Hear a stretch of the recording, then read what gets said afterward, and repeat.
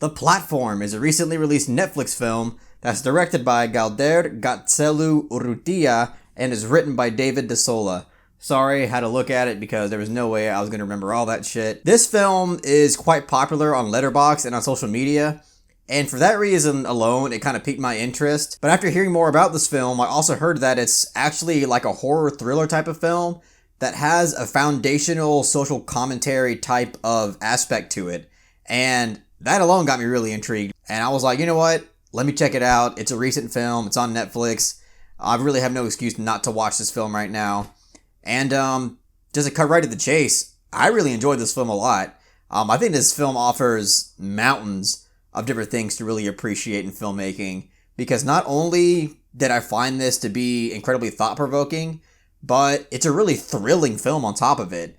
There's a lot of moments in this film that are incredibly intense, and it's just an absolutely brutal film in terms of both its thematic conveyances, but also just in its content itself, because this is really violent. Like, even for your normal person watching a movie, like, this is really violent. There are several moments in this movie that is really hard not to look away and cringe, because it's just, it really goes there. And like, it's not like it's not the most boundary pushing film I've ever seen, but it's certainly not afraid to do certain things with its vision. And I was really impressed that this film went that far with certain aspects of it. And that was another aspect of the film that I was really impressed by. But one thing that I will just come out and say really quick is that from everything that I've heard about the film Snowpiercer, which is written and directed by Bong Joon-ho, I've never seen Snowpiercer, but even though I haven't seen it, after watching The Platform, just from what I've heard from Snowpiercer, it seems like The Platform is aiming to do a lot of the similar stuff that's in Snowpiercer. And I'm not sure how much me not watching Snowpiercer has affected how much I appreciate this film, but all I know is that I currently really appreciate it because conceptually speaking, at first, like, I was like, okay, I dig this concept, but I'm not sure if I'm going to be all in for it for an hour and a half. Because, the first 15 minutes or so, I'm like, okay, this is interesting, but again, it came off a bit one note, and I was a bit skeptical, but as the film progressed, it just got better and better. Like, the more this film progressed, it just got a lot more intense, a lot more thought-provoking, a lot more creative, and it was honestly a real treat because I went into this film, expecting to dig it to some degree, but I came out definitely liking it more than I originally anticipated. And a lot of that is thanks to pretty much every aspect of filmmaking really coming together and creating a really impressive piece of filmmaking. First and foremost, the acting was incredibly convincing to me. There's several moments in this film where certain actors have to really portray that like sheer sense of impending doom and terror, and I feel like they really pulled it off incredibly well because there were several moments where I was just really tensed up and was really affected by what was unfolding on screen.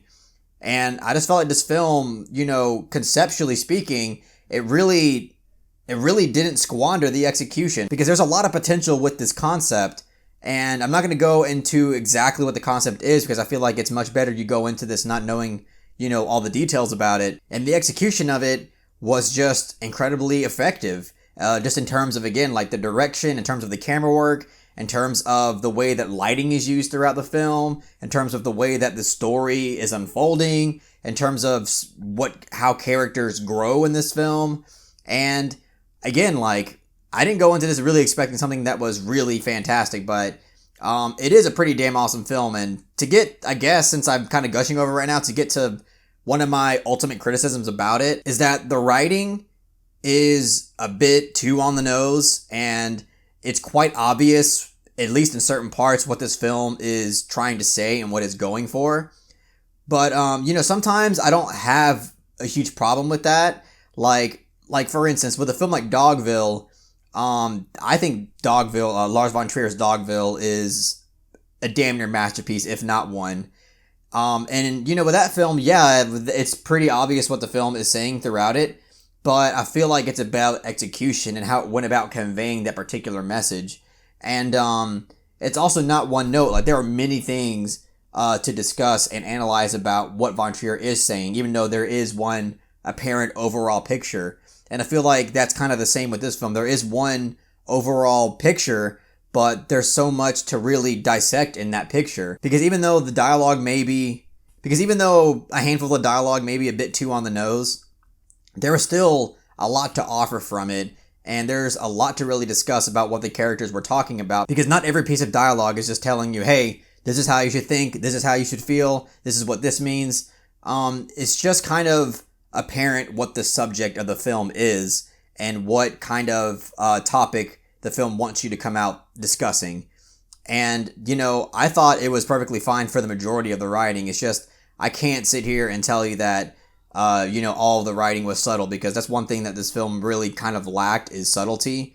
And I feel like maybe if it was a bit more subtle with certain scenes in certain areas, this could have been much more powerful than it was. Because it's quite obvious that this film is just a giant metaphor about class and what kind of issues that a class type system can bring. And it's about capitalism and the kind of survival of the fittest type of mentality that capitalism can bring, and what, dangers that can bring to humanity.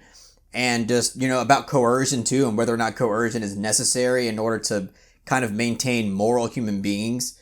And it was just like, even though it's obvious, I still found it incredibly thought-provoking, because, like I said, it's not just preaching to you the entire time. At least in my opinion, I didn't really necessarily feel like I was being preached to. It just felt like the film was saying, hey, we're going to have this discussion, and we're going to have it now. And whether you like it or not, even if it makes you uncomfortable, we're going to have to talk about these issues. And I really enjoyed that aspect of the film, because it pretty much is the entire aspect of the film. And if you're not on board with that, you might not like this film at all. But what I really like about it is that you don't even have to read into this at all like that. You could just be a casual moviegoer just wanting to watch like a thriller, and you could still find a lot of enjoyment out of it, because it doesn't really require anybody to have a super artful mindset when watching it in order to really enjoy what this film offers. And that's really cool, because I feel like I can recommend this film to pretty much anybody who can at least handle, R-rated content, and, we can all have a good time watching it. But honestly, I think my favorite part of this film was the third act, because in the third act, we get some incredible religious allegorical shots that I just thought was absolutely stunning, because I did not expect to get shots like that in this film. And then near the end, it just, the way the lighting was used and the way that the background was used, and just the camera work and the framing and the arrangement of objects on screen, like, it was just really put together in an incredible way that I at least found really impressive. And sure, some people might say, again, it has that issue to where if it's too on the nose for you, and if it seems too obvious for you, then you might not really enjoy this film as much as I did. It's kind of the same with Darren Aronofsky's Mother. Like, if you just think everything was too on the nose and it's just too obvious what the film's going for, then, you might walk away saying, oh, that was just garbage and I didn't really enjoy it. But for me, like, I thought it was incredibly thought-provoking. I think it's definitely worth a watch. And again, one of the great aspects about it is that you can really watch it with anybody who can handle some mature content and really have a good time and enjoy it. So, with that being said, I'm going to give The Platform an 8.5 out of 10.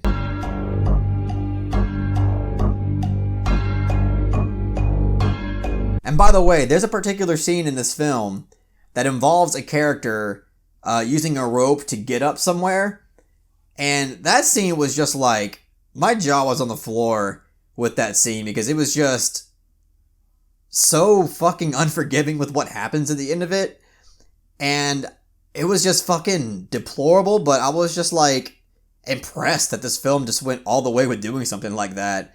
And, for those who've seen it, you know exactly what I'm talking about, but that was just fucking wild. But anyway, those are all my thoughts on The Platform. I just posted a poll on my YouTube channel of different films that you guys can vote on for which film I'm going to review next. Please participate in that poll. I want to get as many votes on that as possible. And if you have any more requests, let me know in the comment section so I can sift through them for the next poll.